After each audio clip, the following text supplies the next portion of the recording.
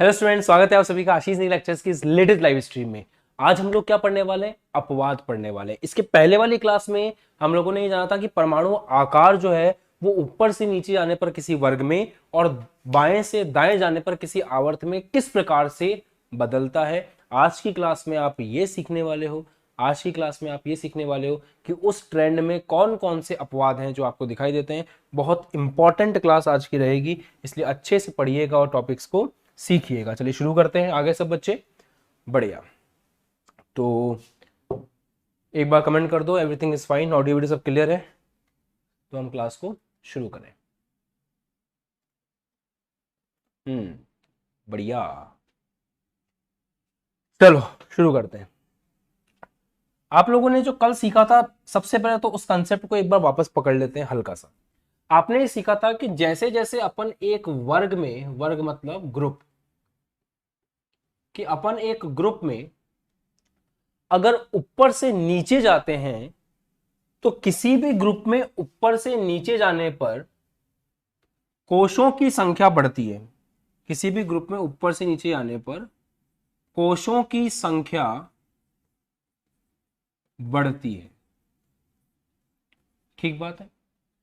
अब अगर कोशों की संख्या बढ़ रही है, आप कुछ दिमाग लगाओ ना। जैसे आप ले लो हलीना के रब से फरियाद, हलीना के रब से फरियाद, हो गया यार। Hydrogen, lithium, sodium, potassium, rubidium, caesium, francium.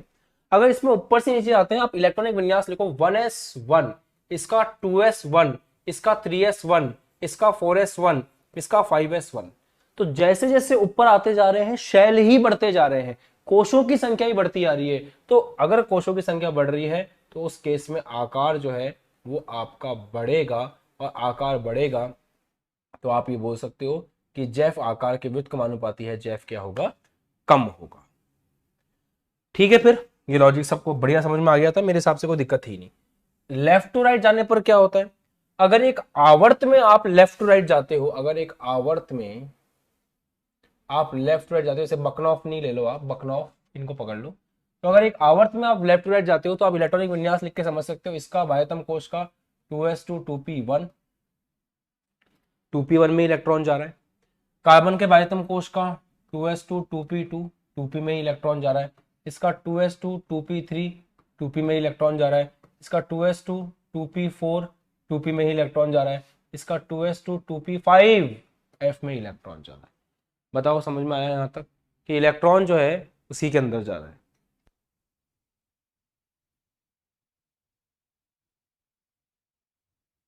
हाँ जी, ठीक है। तो कोशों की संख्या बढ़ रही है, आकार बढ़ रहा है, इधर हो रहा है, इधर क्या हो रहा है? इलेक्ट्रॉन एक ही कोश में जा रहा है।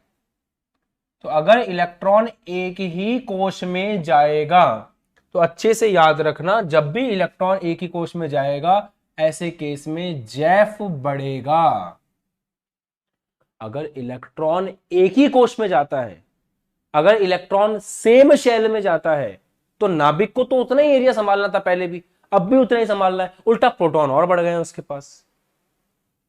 समझ रहे हो बात को? तो इसलिए आकार क्या है? जेफ बढ़ने के कारण आकार में क्या आती है? कमी आती है। ये हो गया बेटा जी सामान्य ट्रेंड। ट्रेंड समझते हो ना? ऊपर से नीचे आने पर सामान्य तौर पर क्या हो रहा है, और नीचे साइड लेफ्ट टू राइट जाने पर सामान्य तौर पर क्या हो रहा है, ये कहलाता है सामान्य ट्रेंड। अब हम जो सोच रहे हैं उससे हटकर के कुछ होगा तो उसको हम बोलेंगे अपवाद, और उसको कहा जाएगा एक्सेप्शन। तो अब शुरू करते हैं। आप सभी लोग हेडिंग लगाएं, अपवाद नंबर 1। एक एक करके हम अपवाद पढ़ना शुरू करते हैं। सबसे पहला अपवाद पढ़ते हैं हाइड्रोजन और हीलियम का। आपको पता है हाइड्रोजन यहां होता है आवर्त सारणी में, और आवर्त सारणी में हीलियम यहां होता है। तो एक्चुअली अपन हाइड्रोजन से हीलियम की तरफ जा रहे हैं, तो हम एक आवर्त में लेफ्ट टू राइट जा रहे हैं, और जब हम आवर्त में लेफ्ट टू राइट जाते हैं तो आकार क्या होता है? कम होता है। आकार कम होना चाहिए, सही बात है। जल्दी से कमेंट करो मैं सही बोल रहा हूं कि गलत बोल रहा हूं। अगर अपन लेफ्ट टू राइट जाते हैं तो आकार कम होना चाहिए, लॉजिक आपको पता है। परंतु देखा यह गया है कि हीलियम का आकार ज्यादा होता है हाइड्रोजन से। अब ऐसा क्यों होता है यही हमें समझना है। तो अपवाद नंबर 1 आपकी आंखों के सामने है कि भाई लेफ्ट टू राइट अगर एक आवर्त में जा रहे हैं तो आकार कम होना चाहिए, परंतु यहां पे अगर हीलियम को देखते हैं तो उसका आकार तो ज्यादा है जबकि कम होना चाहिए। ऐसा क्यों? बहुत सिंपल है। एक बात बताओ, हीलियम किस प्रकार की गैस है? अक्रिय गैस। अक्रिय गैस के लिए कौन सी त्रिज्याएं मापी जाती हैं? वॉन्डरवॉल त्रिज्या, राइट। हाइड्रोजन का कौन सा बंध बनाता है? सहसंयोजी बंध बनाता है। सहसंयोजी बंध के लिए कौन सी त्रिज्या मापी जाती है? आर सहसंयोजी। आपको पता है हीलियम को आप ध्यान से देखोगे तो एक हीलियम और दूसरा हीलियम इस तरह से एक दूसरे से दूर रहेंगे, फिर इनकी अंतरानाभिक दूरी निकाली जाएगी और उस अंतरानाभिक दूरी का जब हम हाफ करेंगे तो हमें इसकी त्रिज्या प्राप्त होगी, इसका आकार प्राप्त होगा। अगर अपन बात करें हाइड्रोजन की, तो हाइड्रोजन के केस में एक हाइड्रोजन दूसरे हाइड्रोजन से चिपक करके अंदर ही अंदर घुल मिल करके सहसंयोजी बंध बनाएगा। वहां जब हम उसके बीच की दूरी, उसके एक हाइड्रोजन और दूसरे हाइड्रोजन के बीच की अंतरानाभिकीय दूरी का हाफ करेंगे तो वहां से हमें उसकी त्रिज्या प्राप्त होगी। तो अगर गौर फरमाया जाए तो हीलियम की त्रिज्या है वॉन्डरवॉल त्रिज्या और हाइड्रोजन की त्रिज्या है सहसंयोजी त्रिज्या। वॉन्डरवॉल त्रिज्या ज्यादा होती है सहसंयोजी त्रिज्या की, इसलिए आकार में देखा जाए तो हीलियम ज्यादा मिलता है हाइड्रोजन के कंपैरिजन में, क्योंकि उसके लिए वॉन्डरवॉल त्रिज्या का परिकलन किया जाता है और बाकी सबके लिए, इस हाइड्रोजन के लिए हम लोग सहसंयोजी त्रिज्या को कैलकुलेट करते हैं। एक्सेप्शन नंबर 1 कैसा लगा सब बच्चों को? मजा आया? एक्सेप्शन नंबर 1 मजा आया? ये था आपका एक्सेप्शन नंबर 1। एक्सेप्शन, अपवाद। ठीक है, पक्का? पक्का नहीं एकदम? आगे बढ़े, इट्स डन। अब इससे संबंधित ऐसा ही मिलता जुलता कंसेप्ट पे आपको अपवाद नंबर 2 मिलेगा और उसको आप कर पाओगे।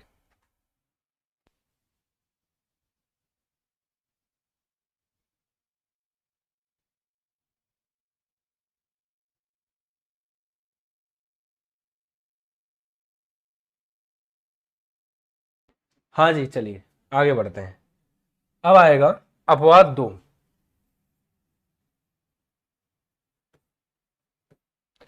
मिलता जुलता है पहले वाले से, समझे?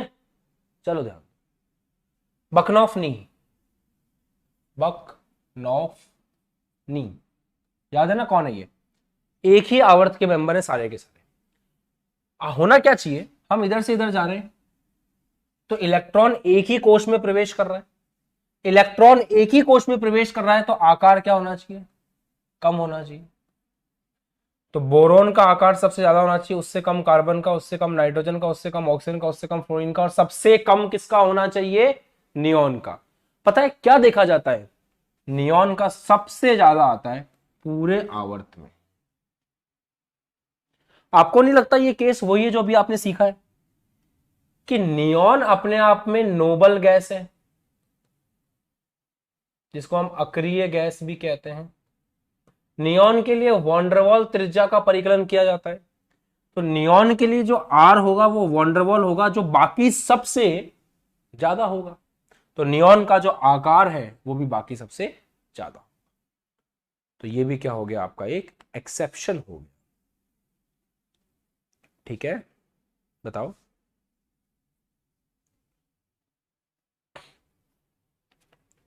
पढ़ा होना चाहिए आपका यार, पढ़ा होना चाहिए आपका। नहीं पढ़ोगे तो कैसे सीखोगे? कहने का मतलब वापस एक बार मैं पूरी आवर्त सारणी लेकर के आपको समझाने की कोशिश करता हूँ। हम एक बार आवर्त सारणी लेकर के आते हैं, ध्यान से देखना फिर से एक बार। ये आपकी आवर्त सारणी, अच्छे से ध्यान दो इस आवर्त सारणी में। अगर हम इस आवर्त सारणी में थोड़ा फोकस करें तो एक बार समझ पाएंगे अच्छे से कि यहां पे आप नोटिस करो कि इधर से इधर जा रहे हैं हाइड्रोजन से हीलियम की तरफ, तो आकार क्या होना चाहिए? कम होना चाहिए। परंतु हीलियम के लिए वॉन्डरवॉल त्रिज्या का परिकलन होता है जो कि ज्यादा है, इसीलिए हीलियम का आकार ज्यादा होता है हाइड्रोजन से। इस आवर्त में देखें तो जब बोरॉन से नियोन की तरफ जा रहे हैं आकार कम होना चाहिए क्योंकि आवर्त में अपन लेफ्ट टू राइट चल रहे हैं, परंतु नियोन के लिए वॉन्डरवॉल त्रिज्या का परिकलन होता है, इसलिए नियोन की त्रिज्या जो है वो बोरॉन से भी ज्यादा होती है। उसका आकार बोरॉन से भी ज्यादा होता है, उसका आकार बोरॉन से भी ज्यादा होता है। बताओ।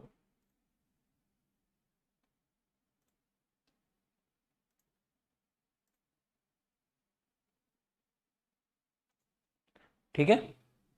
ऐसे यहां अगर आप कंपेयर करोगे तो अब तो आपको एक्सेप्शन का मतलब और थोड़ा सा एक्सेप्शन का फीलिंग आने लग गया होगा कि होना ये चाहिए कि एल्यूमिनियम से छोटा सिलिकॉन होना चाहिए, सिलिकॉन छोटा फॉस्फोरस, फॉस्फोरस छोटा सल्फर, सल्फर छोटा क्लोरीन, क्लोरीन से भी छोटा होना चाहिए आर्गन।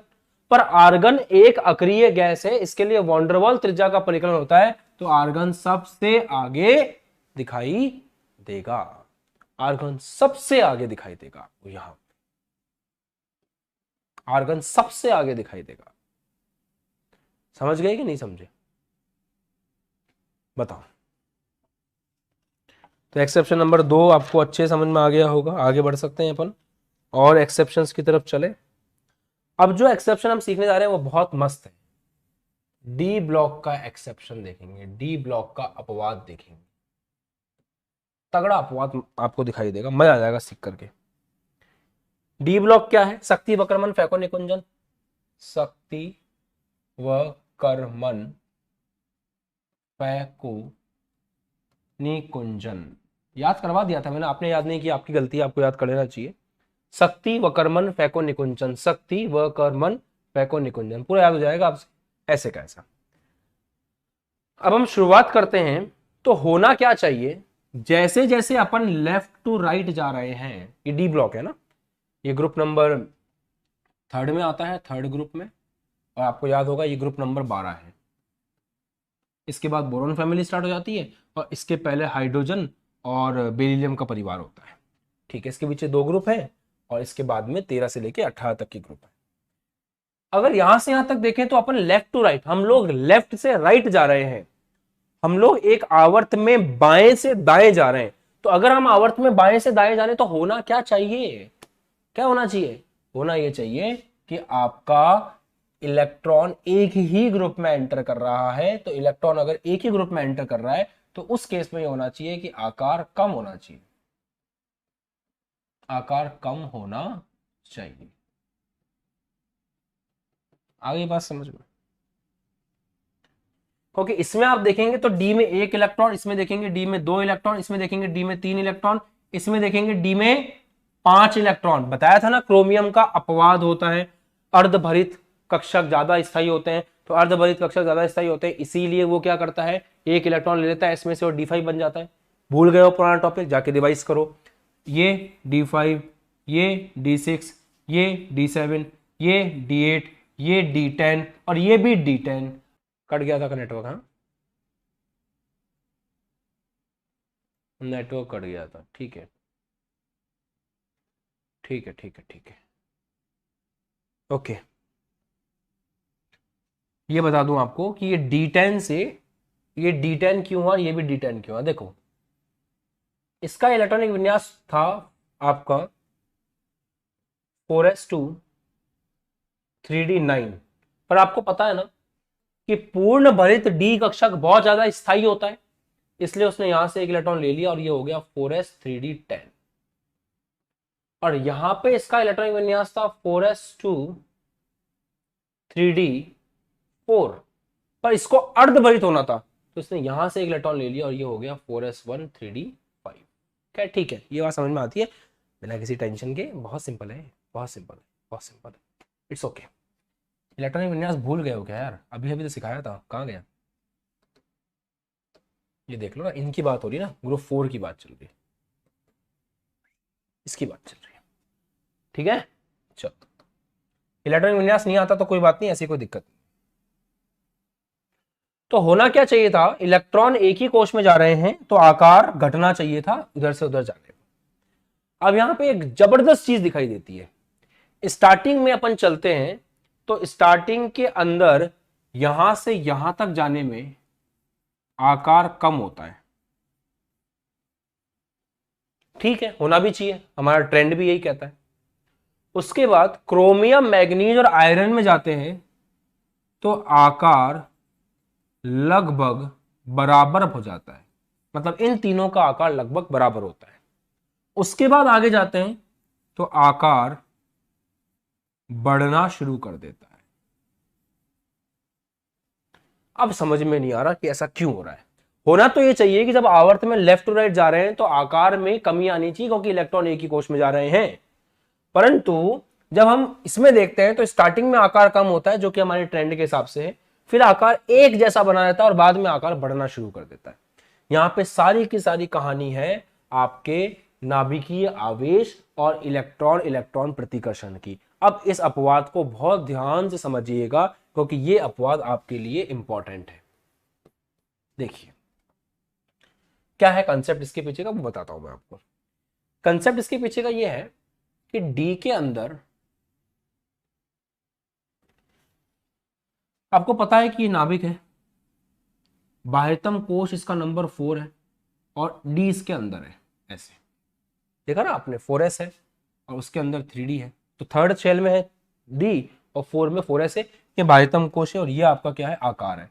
इसको नाभिक अपने पास खींचता है, उससे आकार कम होता है, सही बात है।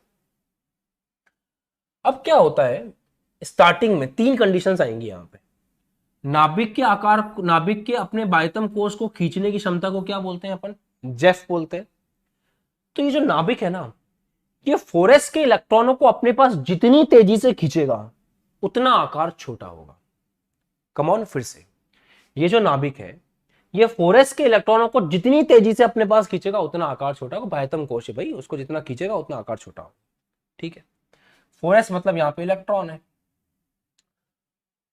यहां जो अंदर का शेल है, ये जो अंदर का शेल है, ये अंदर का शेल क्या करता है, इस बाहर वाले शेल को प्रतिकर्षित करता है। अंदर का जो शेल है वो बाहर वाले शेल को क्या करता है, प्रतिकर्षित करता है। इसको बोलते हैं इलेक्ट्रॉन इलेक्ट्रॉन प्रतिकर्षण।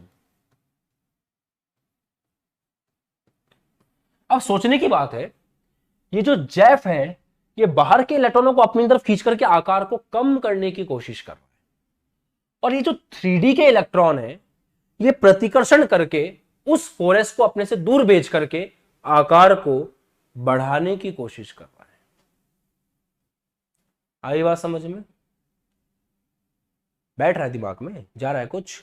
देखो ये जो नाभिक है ये बाह्यतम कोश को अपने पास खींच रहा है जेफ से और आकार को छोटा करने की कोशिश कर रहा है, यहां तक मानते हो। ये जो अंदर वाला शेल है ये बाहर वाले इलेक्ट्रॉनों को प्रतिकर्षित कर रहा है, इलेक्ट्रॉनों के ऊपर प्रतिकर्षण लगा रहा है दबा दबा के। तो प्रतिकर्षण लगने से क्या हो रहा है, प्रतिकर्षण लगने से क्या हो रहा है, वो 4s को दूर भेज रहा है, तो वो आकार को बढ़ाने की कोशिश कर रहा है, राइट। स्टार्टिंग में जब डी के अंदर 1 इलेक्ट्रॉन है, 2 इलेक्ट्रॉन है, 3 इलेक्ट्रॉन है, उस समय ये प्रतिकर्षण उतना नहीं है, जेफ ज्यादा है। तो स्टार्टिंग में क्या होता है, जब डी में कम इलेक्ट्रॉन है, जेफ आपका ज्यादा होता है इलेक्ट्रॉन इलेक्ट्रॉन प्रतिकर्षण से। तो जेफ आकार कम करना चाहता है, इलेक्ट्रॉन प्रतिकर्षण आकार बढ़ाना चाहता है, दोनों में से कौन जीत रहा है, जेफ जीत रहा है। तो इस केस में क्या होगा, आकार कम होगा। तो शुरुआत में जब डी में ज्यादा इलेक्ट्रॉन नहीं है, डी के अंदर 1, 2 या 3 इलेक्ट्रॉन ही है, उस समय आप ये देखते हो कि आपका जेफ जो है वो जीत जाता है, और जेफ के जीतने से ऐसा कुछ यहां पे देखने को मिलता है, राइट। ठीक कह रहा हूं मैं। फिर क्या होता है, डी में इलेक्ट्रॉन और ज्यादा बढ़ना शुरू होते हैं। जब डी में इलेक्ट्रॉन बढ़ना शुरू होते हैं तो इलेक्ट्रॉन इलेक्ट्रॉन प्रतिकर्षण का मान बढ़ता है। इलेक्ट्रॉन इलेक्ट्रॉन प्रतिकर्षण का मान बढ़ता है तो वो जेफ का सामना करने लग जाते हैं, और एक समय ऐसी आती है कि जब जेफ और इलेक्ट्रॉन इलेक्ट्रॉन प्रतिकर्षण लगभग बराबर हो जाता है। आराम से समझो, जेफ आकार छोटा करना चाह रहा है, इलेक्ट्रॉन प्रतिकर्षण आकार को बढ़ाना चाह रहा है, सीधी सी बात है। स्टार्टिंग में डी में इलेक्ट्रॉन कम है तो जेफ जीत रहा है, आकार कम हो रहा है। एक समय ऐसा आ गया कि डी में इलेक्ट्रॉन बढ़ते जाने के कारण इलेक्ट्रॉन इलेक्ट्रॉन प्रतिकर्षण जेफ के बराबर हो चुका है, अब आपका आकार बढ़ना बंद हो जाएगा। तो यहां पे आप बोल सकते हो कि आपका आकार जो है वो बराबर हो गया, रुक गया आकार का बढ़ना। ठीक है, आया समझ में। अब जब डी में बहुत ज्यादा इलेक्ट्रॉन हो जाएंगे तो इलेक्ट्रॉन इलेक्ट्रॉन प्रतिकर्षण बहुत ज्यादा बढ़ जाएगा। तो तीसरी स्टेज होगी जब इलेक्ट्रॉन इलेक्ट्रॉन प्रतिकर्षण ज्यादा हो जाएगा जेफ से, और अगर इलेक्ट्रॉन इलेक्ट्रॉन प्रतिकर्षण ज्यादा हो गया जेफ से तो जेफ आकार को कम नहीं कर पाएगा, और उससे ज्यादा इलेक्ट्रॉन इलेक्ट्रॉन प्रतिकर्षण आकार को बढ़ा देगा। तो इस केस में फिर आकार बढ़ना शुरू हो जाए। तो अब शायद आप इस ट्रेंड को अच्छे से समझ पा रहे होंगे कि यहां पर पहले आकार कम क्यों हो रहा है, फिर बाद में आपका आकार नियत क्यों है, और उसके बाद आपका आकार जो है वो बढ़ क्यों रहा है। बहुत सिंपल लॉजिक है, समझे। स्टार्टिंग में डी में कम इलेक्ट्रॉन है तो आपका जेफ ज्यादा है इलेक्ट्रॉन इलेक्ट्रॉन प्रतिकर्षण से। तो अगर आपका जेफ जीतेगा तो आकार क्या होगा, कम होगा। सही बात है बेटा। आकार बराबर क्यों है, क्योंकि ये अब समय ऐसा आ चुका है जब इलेक्ट्रॉन प्रतिकर्षण आपके जेफ के बराबर हो चुका है। तो इस केस में जो आपका जेफ है वो इलेक्ट्रॉन इलेक्ट्रॉन प्रतिकर्षण के लगभग बराबर है, इसलिए आकार फिक्स हो गया है, बढ़ नहीं रहा है। इधर क्या हो गया, इलेक्ट्रॉन बहुत सारे आगे डी में, तो अब जो इलेक्ट्रॉन इलेक्ट्रॉन प्रतिकर्षण है वो ज्यादा हो चुका है जेफ से, इसलिए आकार क्या हो रहा है, बढ़ रहा है। बताइए समझ में आई ये बात? कमेंट करके बताओ कितने बच्चों को ये बात समझ में आ गई है।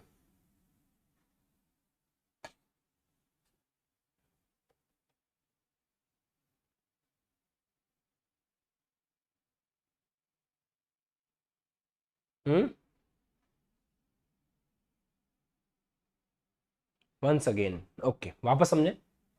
देखो आप एक बात को अच्छे से समझ लो कि आकार बढ़ेगा कब और घटेगा कब। ये नाभिक है, ये बाह्यतम कोश है आपका। बाह्यतम कोश को नाभिक अपने पास जिस ताकत से खींचता है उस ताकत को अपन क्या बोलते हैं, जेफ बोलते हैं। जेफ आकार को कम करने का काम करता है। जितना ज्यादा जेफ होगा नाभिक उतना ही तेजी से इलेक्ट्रॉन को अपनी तरफ खींचेगा, आकार कम होगा। तो जेफ जो है वो आकार को कम करने का काम करता है। यहां जो इलेक्ट्रॉन है अंदर वाले शेल में, वो बाहर वाले इलेक्ट्रॉन को क्या करते हैं, प्रतिकर्षित और आकार को बढ़ाने का काम करता है। तो जितना जितना, अब सुनो वापस समझो, जितना इलेक्ट्रॉन इलेक्ट्रॉन प्रतिकर्षण ज्यादा होगा उतना यह आकार बढ़ता जाएगा, और जितना जेफ ज्यादा होगा उतना आकार कम होता जाएगा। ये बात समझ में आ गई। अब स्टार्टिंग में डी के अंदर ज्यादा इलेक्ट्रॉन नहीं है तो इलेक्ट्रॉन इलेक्ट्रॉन प्रतिकर्षण कम है, और जेफ ज्यादा है तो आकार कम होगा, इसलिए शुरुआत में आकार कम होता है। जैसे जैसे डी में इलेक्ट्रॉन बढ़ते जाते हैं वैसे वैसे एक समय ऐसा आता है जब इलेक्ट्रॉन इलेक्ट्रॉन प्रतिकर्षण जेफ के बराबर हो जाता है, ये दोनों आपस में बराबर हो जाएंगे। मान लो डी में 6 इलेक्ट्रॉन गए, डी में 4 इलेक्ट्रॉन गए, 5 इलेक्ट्रॉन गए, 6 इलेक्ट्रॉन गए, तब तक ये स्थिति रहती है। उसके बाद क्या होता है, डी में जब और इलेक्ट्रॉन जाते हैं, जैसे डी में मान लो 7, डी में 8, डी में 9, डी में 10, इतने इलेक्ट्रॉन हो जाते हैं।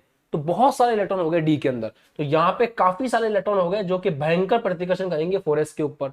तो अब इलेक्ट्रॉन इलेक्ट्रॉन प्रतिकर्षण ज्यादा हो जाएगा जेफ से और आकार बढ़ने लग जाएगा। तो स्टार्टिंग में जेफ ज्यादा, आकार कम हो रहा है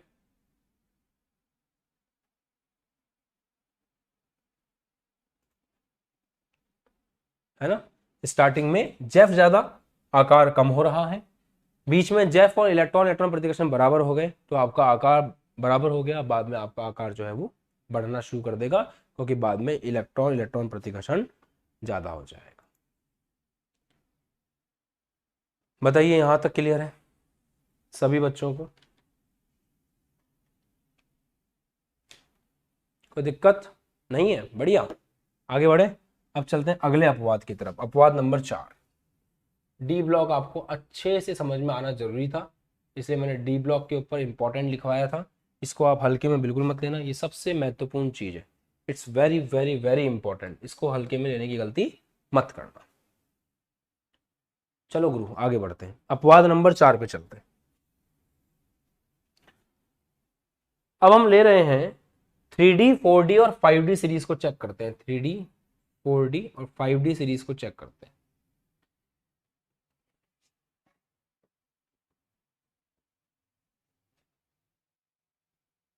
टी जरा हाफ, टी जरा हाफ, याद है ना, याद करने का तरीका बताया था। वो नवाब थे VNV TA। आपको यहां पे एक बात याद होनी चाहिए कि यहां पे नंबर 57 होता है, और 57 से 71 तक लेंथेनाइड होते हैं जो बाहर होते हैं, और इसका नंबर 72 होता है। ठीक है, ठीक है। अब शुरू करें, समझना शुरू करें। बहुत मजेदार चीज सिखाऊंगा आपको, एकदम दिल खुश हो जाएगा आपका। बट यहां ध्यान अच्छे से देना पड़ेगा। डी ब्लॉक वाला कॉन्सेप्ट समझ में आ गया आपको? नहीं आया तो एक बार फिर से कॉन्सेप्ट नहीं समझा रहा मैं, कॉन्सेप्ट तो कई बार समझा चुका हूं, कहां की बात हो रही थी वो बता रहा हूं। अभी हम यहां की बात कर रहे थे कि यहां से यहां तक आकार कम होता है, यहां से यहां आकार लगभग बराबर रहता है, और फिर आकार बढ़ना शुरू हो जाता है। और आपको एग्जैक्ट अगर क्रम बताऊं तो स्कैंडियम का आकार सबसे ज्यादा, उससे ज्यादा टीआई, फिर वी होता है, उसके बाद वी नहीं, उसके बाद जिंक आएगा, फिर वी आएगा, और सबसे लास्ट में आएगा कोनी, विकोनी। इसको याद कैसे कर सकते हैं? देखो, शक्ति, शक्ति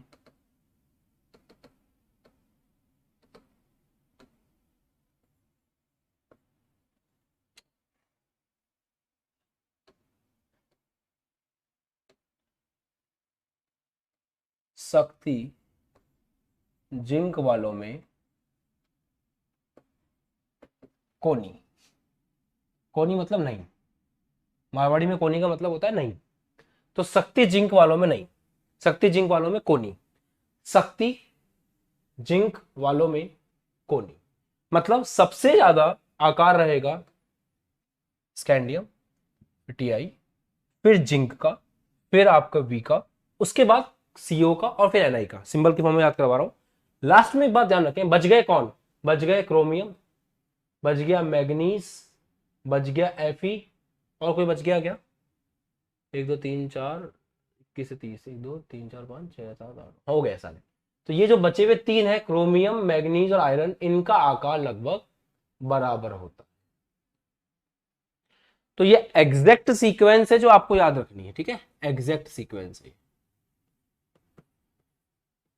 आपको पता है ना, यहां आकार कम होता है स्टार्टिंग में, उसके बाद आकार वही बना रहता है, तो जिनका आकार वही बना रहता है वो तो ये रहे, क्रोमियम, मैग्नीज, आयरन का आकार सेम रहता है, उसके बाद आकार बढ़ना शुरू होता है। तो ऐसा भी तो हो सकता है कि यहां पे आकार बढ़ते बढ़ते आपका जो जिंक है उसका आकार इतना बड़ा हो गया कि वो टीआई से भी बड़ा है, तो वो आगे आ गया, वी के आगे आ गया। इसलिए मैं आपको ये बात बोल रहा था, ठीक है?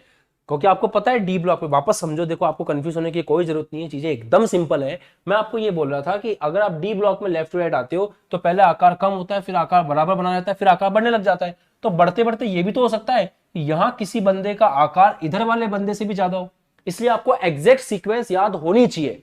तो एग्जैक्ट सीक्वेंस वही है, एग्जैक्ट सीक्वेंस वही है कि सबसे पहले शक्ति जिंक वाले में कोनी, तो शक्ति सबसे पहले एससी, फिर टीआई, उससे कम जिंक। देखो आगे नहीं, आगे क्यों आया आगे? क्योंकि इधर से इधर आने पे पहले आकार कम हुआ, फिर सेम रहा, फिर बढ़ गया, तो बढ़ने के कारण इसका आकार इतना बढ़ गया कि वो टीआई से भी ज्यादा है। ऐसे मैं कहना चाह रहा हूं, समझ रहे हो? फिर वी आएगा, इन तीन का सेम है, और सबसे लास्ट में आएगा कोनी, मतलब इसके बाद सबसे कम आकार किसका है इसमें? निकेल का है। तो ये कहानी आपको पता होनी चाहिए। बताइए।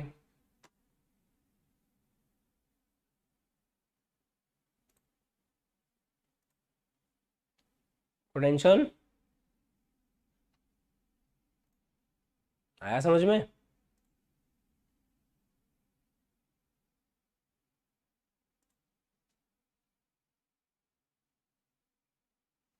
बताओ, क्लियर?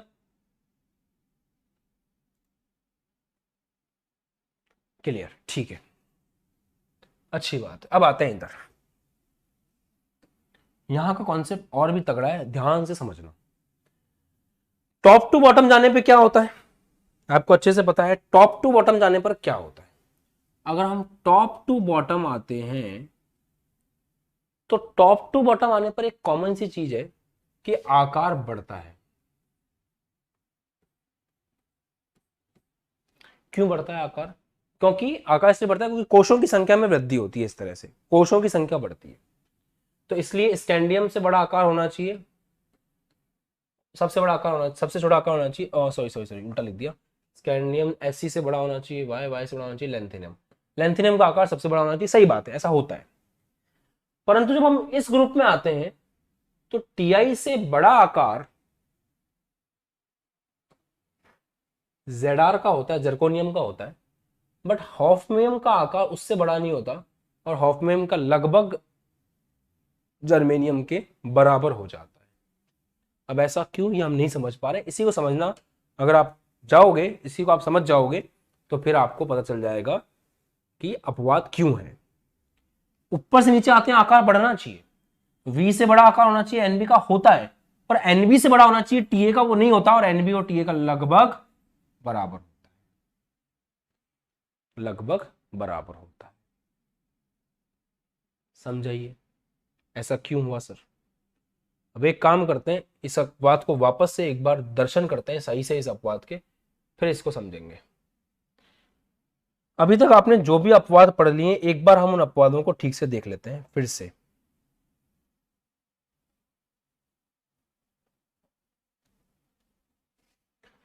अभी आपने ये देखा कि जब हम डी ब्लॉक में यहां से यहां जाते हैं तो पहले आकार में कमी होती है एज यूजुअल, फिर आकार आपका बराबर बना रहता है और फिर आपका आकार बढ़ना शुरू कर देता है। यह आपने एक एक्सेप्शन पढ़ा, उसका रीजन आपने समझ लिया अच्छे से कि यहां पे स्टार्टिंग में डी ब्लॉक में इलेक्ट्रॉन कम होते हैं तो इलेक्ट्रॉन प्रतिकर्षण कम होता है, जेफ हावी रहता है, जेफ हावी रहता है, इस रीजन से सब कहानी होती है कि स्टार्टिंग में आकार कम होता है, बीच में जेफ और इलेक्ट्रॉन प्रतिकर्षण बराबर हो जाते हैं, आकार बराबर हो जाता है, बाद में इलेक्ट्रॉन प्रतिकर्षण बढ़ जाता है, उससे आकार बढ़ना शुरू कर देता है। ये अपवाद समझ में आ गया। हाइड्रोजन से छोटा आकार होना चाहिए हीलियम का, परंतु हीलियम का आकार उससे बड़ा है, इसका रीजन है वॉन्डरवॉल रेडियस। ऐसे नियॉन का अपने ग्रुप में सबसे बड़ा है, रीजन वही है वॉन्डरवॉल रेडियस। ऐसे आर्गन का अपने ग्रुप में सबसे बड़ा है, रीजन वही है वॉन्डरवॉल रेडियस। और ऐसे क्रिप्टॉन, जीनॉन और रेडॉन के साथ में भी रहेगा। ये अपवाद भी आपने समझ लिया। अब एक नए टाइप का अपवाद आपकी नजरों के सामने आया है कि ऊपर से नीचे जाने पर आकार में वृद्धि होती है। तो स्कैंडियम से बड़ा आकार होना चाहिए यूटेरियम का और यूटेरियम से बड़ा होना चाहिए लैंथेनम का, होता है, सही बात है ये बिल्कुल। एससी से बड़ा आकार होता है आपके वाई का, वाई से बड़ा आकार होता है आपके जेड का, कोई दिक्कत नहीं है। परंतु जब हम आगे बढ़ते हैं तो टाइटेनियम से बड़ा आकार होना चाहिए जर्कोनियम का और जर्कोनियम से बड़ा होना चाहिए हाफनियम का। तो हम ये देखते हैं कि जर्कोनियम का, मैंने कुछ गलत लिख दिया क्या, यहाँ एल आएगा ना, यहाँ एल आएगा, ठीक है। हम ये देखते हैं कि टीआई से बड़ा आकार होता है जर्कोनियम का, पर जर्कोनियम और हॉफमैन का आकार लगभग बराबर होता है। मतलब यहां से यहां आ रहे हैं, जर्कोनियम से हॉफमैन आ रहे हैं, तो आकार ने बढ़ना बंद कर दिया है, आकार लगभग बराबर ही है। ऐसा क्यों, जबकि कोष तो बढ़ गए थे, तो कोष के बढ़ने से आकार बढ़ना चाहिए था। ये अपने आप में क्या है, एक एक्सेप्शन है, अपवाद है। समझेंगे अभी ऐसा क्यों होता है। इसी प्रकार यहां हम देखें तो आप गौर फरमाएंगे, यहां पे आपका नियोबियम, देखो आप जब वेनेडियम से नियोबियम पे जा रहे हो आकार बढ़ रहा है, बट नियोबियम और टेंटेलम का आकार लगभग सेम है। तो ये जो एनबी है इसका आकार जो है वो लगभग सेम है टीए के। ऐसा क्यों, नहीं पता। ये यहां दिखता नहीं है, यहां पे दिखता है। बैंगन, आलू, गाजर, इंथेला, बी से बड़ा है एल, एल से बड़ा है जीए, परंतु इंडियम और थैलियम का आकार लगभग एक जैसा होता है। तो इंडियम से थैलियम आने पर थैलियम और इंडियम का आकार लगभग एक जैसा है। ऐसा क्यों, मतलब ऐसा क्या हो रहा है यहां से यहां जाने पर कि आकार में गड़बड़ हो रहा है। समझ में आया पॉइंट क्या है। ऊपर से नीचे जाने पर आकार बढ़ना चाहिए, परंतु यहां पर आकार लगभग इन दो कंडीशंस में सेम बना हुआ है। मतलब यहां पे एक बात समझ में आती है कि गड़बड़ कहां हुई होगी। गड़बड़ यहां पे देख के समझ में आती है कि एक ही जगह गड़बड़ हो सकती है। एससी से बड़ा है वाई और वाई से बड़ा है लैंथेनम, यहां तो कोई गड़बड़ नहीं है। गड़बड़ यहां शुरू हो रही है, इस जगह से, इस जगह से गड़बड़ शुरू हो रही है और वो गड़बड़ आगे तक चल रही है। इसका मतलब इससे जस्ट पहले कुछ हुआ होगा। इसके जस्ट पहले चेक करो कौन दिखाई दे रहा है, लैंथेनाइड। लैंथेनाइड बोले तो ये सब। इसका मतलब इन सब के आने से कोई ऐसी दिक्कत क्रिएट हो गई है जिससे इन दोनों का आकार बराबर हो गया, इनका बराबर, इनका बराबर, इनका बराबर, इनका इनका इनका इनका इनका इनका इनका इनका इनका इनका इनका। अब वही हमें समझना है कि लैंथेनम के आने से क्या होता है, लैंथेनम के आने से क्या होता है, समझे। चलो अब आ जाओ पॉइंट पे। अब जो सिखाने जा रहा हूं बहुत अच्छे से सीखना। Y से La तक आने में कोई दिक्कत नहीं है, स्कैंडियम से बड़ा है, स्कैंडियम से बड़ा है वाई, वाई से बड़ा है एल, कोई दिक्कत नहीं है। परंतु जर्कोनियम से हॉफमैन तक आने पर जर्कोनियम और हॉफमैन का साइज लगभग बराबर है, हॉफमैनियम लगभग साइज बराबर है। ऐसा क्यों? क्योंकि साइज को ऊपर से नीचे आने पर बढ़ना चाहिए था, बढ़ना चाहिए था। कोशों में वृद्धि हो रही है ना, साइज को बढ़ना चाहिए था। ऊपर से नीचे आने पर साइज को बढ़ना चाहिए था, परंतु साइज किसी तरह से कम हो गया।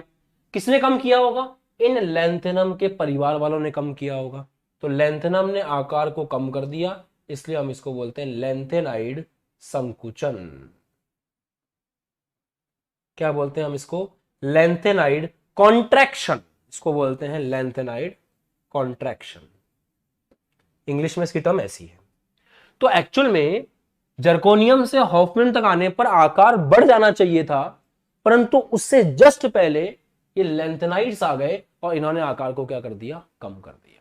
तो हम बोलते हैं इसको लैंथेनाइड संकुचन। और यहां हम कारण कुछ इस प्रकार से लिखते हैं कि लैंथेनाइड संकुचन के कारण आकार में क्या आ रही है? कमी आ रही है। लैंथेनाइड संकुचन के कारण आकार क्या हो रहा है? कम हो रहा है। ठीक है सर।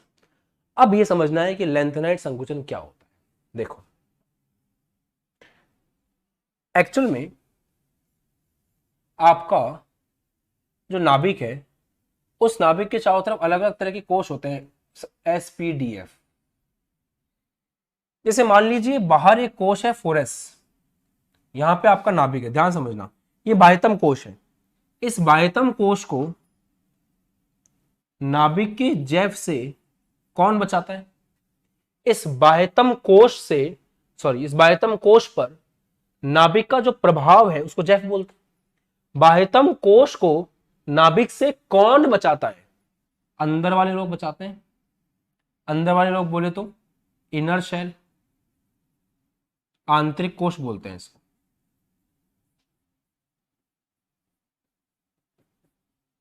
तो हम ऐसे बोलते हैं कि बाह्यतम कोष को नाभिक से आंतरिक कोष बचाते हैं। बचाने के प्रभाव को बोलते हैं शील्डिंग इफेक्ट। शील्डिंग इफेक्ट, इसको हिंदी में बोलते हैं परिरक्षण प्रभाव। नोट करो सभी बच्चे, बाह्यतम कोष को नाभिक से कौन बचाता है? एक एक चीज लिखवा रहा हूं अच्छे से। बाह्यतम कोष को नाभिक से कौन बचाता है? आंतरिक कोष। आंतरिक कोष कैसे बचाता है आपको पता ही है। आंतरिक कोष में भी इलेक्ट्रॉन होते हैं, वो इलेक्ट्रॉन और इनके बीच में प्रतिकर्षण होता है और ये ढक देते हैं, एक तरह से नाभिक को ढक देते हैं ये, तो बाहर तक उसका प्रभाव कम पहुंचता है, सीधी सी बात है। तो अंदर के जो इलेक्ट्रॉन है, आंतरिक कोष के जो इलेक्ट्रॉन है, वो बाह्यतम कोष को नाभिक के प्रभाव से बचाते हैं। बचाने के प्रभाव को क्या बोलते हैं अपन? परिरक्षण प्रभाव। ध्यान देना, जितना परिरक्षण प्रभाव ज्यादा होगा उतना बाह्यतम कोष नाभिक से बचा रहेगा और आकार बड़ा होगा। जितना परिरक्षण प्रभाव कमजोर होगा, नाभिक उतना ही ज्यादा बाह्यतम कोष को खींचेगा और आकार छोटा रहेगा। सीधी सी बात है, लिख देता हूं। जैव ज्यादा है, इसका मतलब परिरक्षण प्रभाव कम है, और ऐसे केस में आकार भी क्या होगा? कम होगा। क्योंकि अगर जैव ज्यादा है तो बाह्यतम कोष को खींच के छोटा कर देगा, और अंदर वाला परिरक्षण तो उसको बचा ही नहीं पा रहा है, तो परिरक्षण प्रभाव कम है तो आकार भी कम होगा, मतलब जैव ज्यादा होगा। अगर जैव ज्यादा है, इसका मतलब परिरक्षण प्रभाव, सॉरी, अगर जैव कम है इसका मतलब परिरक्षण प्रभाव ज्यादा है। नाभिक का बाह्यतम कोष पर जो असर है वो कम है। क्यों? क्योंकि अंदर वाले लोगों ने उसको बचा लिया है। तो अगर परिरक्षण प्रभाव ज्यादा है तो बाह्यतम कोष पर असर कम होगा, और अगर बाह्यतम कोष पर असर कम होगा तो आकार क्या होगा? ज्यादा। क्या ये एक स्टेप वाली बात आपको समझ में आ गई? सिंगल स्टेप समझ में आ गया आप? ठीक है। अब होते हैं आपके पास चार कक्षक, S उपकोष, P उपकोष, D उपकोष और F उपकोष। आप लोगों को मैंने ही पढ़ाया था S ब्लॉक की संरचना कैसे होती है? ऐसी होती है, गोल गोल गोल गोल गोल गोल। P ब्लॉक की कैसी होती है? डंबल। D ब्लॉक की कैसी होती है? Double dumbbell. और F ब्लॉक की कैसी होती है? कॉम्प्लेक्स। तो अब मेरा सवाल आपसे यह है कि इन चारों में से परिरक्षण प्रभाव किसका सबसे ज्यादा है? तो S ब्लॉक का साइज कैसा है? गोल है। तो ये क्या करेगा, नाभिक को जाकर के ऐसे ढक लेगा। तो अगर ये नाभिक को जाकर के ऐसे गोल गोल गोल गोल ढक लेगा तो नाभिक अपने बाह्यतम कोश के ऊपर प्रभाव नहीं दिखा पाएगा, और एस ब्लॉक क्या करेगा, नाभिक से अपने बाह्यतम कोश की रक्षा ज्यादा अच्छी कर पाएगा। पी ब्लॉक का जो आकार है वो डंबल के रूप में है, तो एस की तुलना में रक्षा कम होगी। डी ब्लॉक का आकार डबल डंबल के रूप में है, तो और दूर दूर इलेक्ट्रॉन हो गए, तो नाभिक जो है दिमाग लगा के साइड से इधर इधर से क्या कर लेगा, आकर्षण कर लेगा। तो इससे कम परिरक्षण प्रभाव होगा डी ब्लॉक का। और एफ ब्लॉक की संरचना इतनी कॉम्प्लेक्स होती है कि नाभिक के चारों तरफ एफ का एक इधर रखा है, एक इधर रखा है, एक इधर रखा है, एक इधर रखा है, तो नाभिक आराम से बीच में जगह निकाल करके बाह्यतम कोश के ऊपर अटैक कर सकता है और बाह्यतम कोश को खींच करके छोटा कर सकता है। तो अगर मैं एक सिंपल भाषा में आपको समझाने की कोशिश करूं तो एस का आकार इस तरह का है कि वो नाभिक को पूरी तरह से ढक सकता है और नाभिक अपने बाह्यतम कोश के ऊपर सही से असर नहीं दिखा पाएगा, जबकि पी का इतना अच्छा नहीं है, डी का उससे भी गंदा है, और सबसे गंदा परिरक्षण प्रभाव किसका है, एफ का है। तो अगर परिरक्षण प्रभाव के बढ़ते हुए या घटते हुए क्रम में अपन जोड़े तो परिरक्षण प्रभाव के घटते हुए क्रम में उपकोषों का ऑर्डर कुछ इस प्रकार का रहता है कि एस उपकोष का परिरक्षण प्रभाव सबसे बेहतरीन है, पी का उससे कम है, डी का उससे कम है, और एफ का परिरक्षण प्रभाव सबसे ही ज्यादा कम यहां पे दिखाई देता है। बताओ यहां तक जितने बच्चे देख रहे हैं समझ में आई बात, कहानी क्लियर है यहां तक?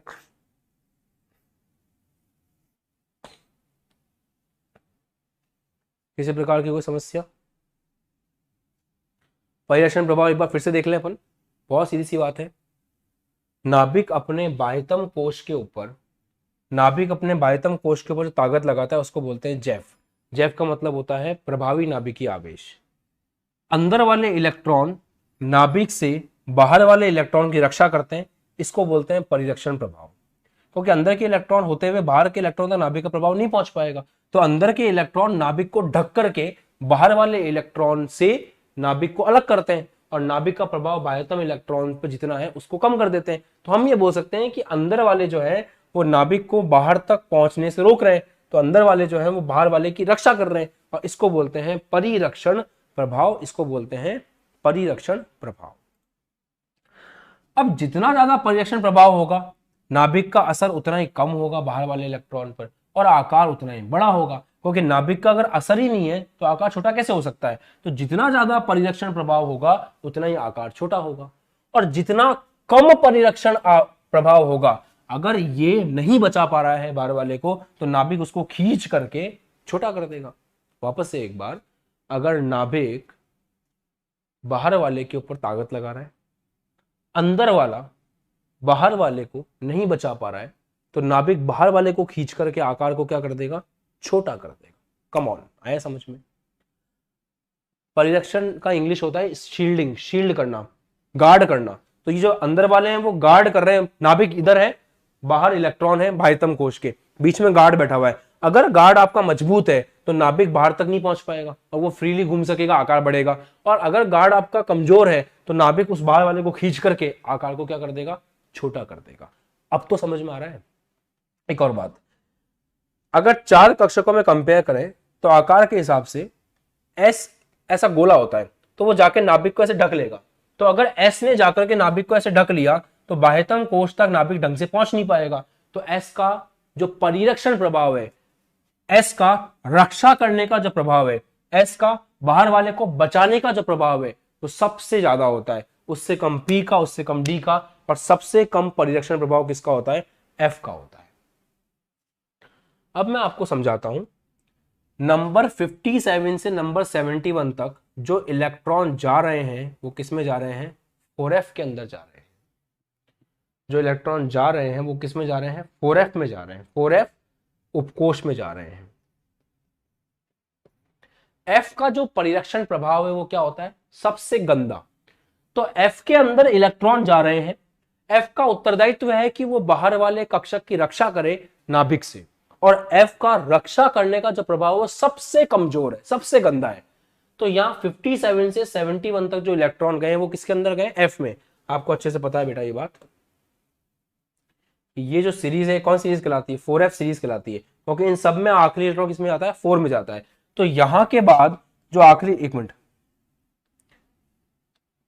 यहां के बाद जो आखिरी इलेक्ट्रॉन गया वो किसमें गया, 4f में। तो 4f के अंदर इलेक्ट्रॉन जाते गए जाते गए जाते गए जाते गए। 4f का परिरक्षण प्रभाव सबसे गंदा होता है। तो नाभिक को बाह्यतम कोश से रक्षा करने का काम किसका था, 4f का।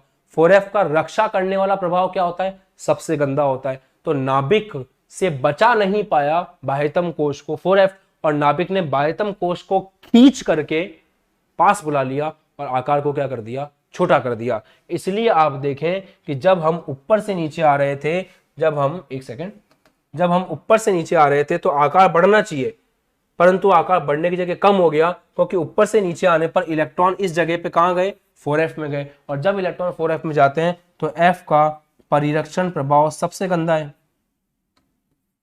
तो f का परिरक्षण प्रभाव सबसे कम है, और f का परिरक्षण प्रभाव सबसे कम है, इसका मतलब वहां पे जेफ बहुत ज्यादा प्रभावी हो गया। और जेफ बहुत ज्यादा प्रभावी हो गया तो बाह्यतम कोश के इलेक्ट्रॉन को खींच के अपने पास ले आएगा, आकार को छोटा कर देगा। तो हालांकि कोश बढ़ने के कारण आकार बढ़ना चाहिए था, परंतु कोश बढ़ा तो सही, पर इलेक्ट्रॉन कहां गए, अंदर वाले एफ के अंदर, और अंदर वाला एफ जो है वो नाभिक से रक्षा नहीं कर पाया बाह्यतम कोश की। देखो समझो बात को, आप जर्कोनियम में हो और जर्कोनियम से आप हॉफनियम में गए, ठीक है, ये आपका नाभिक है, ये बाह्यतम कोश है, अंदर इलेक्ट्रॉन है।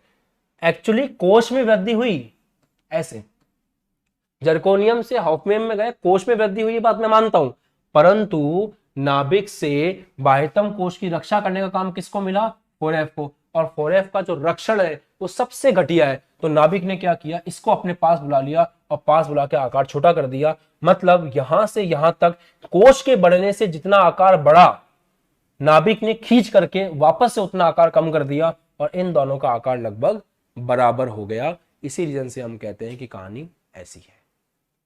अब जल्दी से बच्चे कमेंट करें, जो भी क्लास में फोकस करके पढ़ रहे हैं, कि आपको ये कॉन्सेप्ट समझ में आ गया अच्छे से,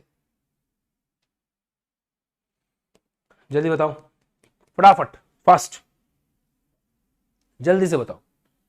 एक बार और समझा देता हूं। जर्कोनियम से हॉफनियम तक आप जा रहे हो, यहां माना कि आपके पास कोशों की संख्या कम है और यहां कोशों की संख्या ज्यादा है, फॉर एग्जाम्पल। तो आपको लग रहा है कि कोशों की संख्या बढ़ गई तो आकार बढ़ जाना चाहिए, ठीक है बात आपकी। परंतु जब आप यहां से यहां गए तो इलेक्ट्रॉन पता है कहां गए, इलेक्ट्रॉन गए अंदर 4f के अंदर। जब आप यहां आओगे तो आंतरिक कोश कौन सा होगा, 4f। तो नाभिक से बाह्यतम कोश की रक्षा करने की जिम्मेदारी किसको मिली, 4f को। और 4f का परिरक्षण प्रभाव सबसे घटिया होता है। तो नाभिक ने बाह्यतम कोश को बुरी तरह से खींचा और खींच करके अपने पास ले आया, ऐसे। तो अब आप देखें, जितना आकार इसका था उतना ही आकार लगभग इसका है, इसलिए आकार में वृद्धि नहीं होती और आकार लगभग वही बना रहता है। क्योंकि आप समझो, जब आप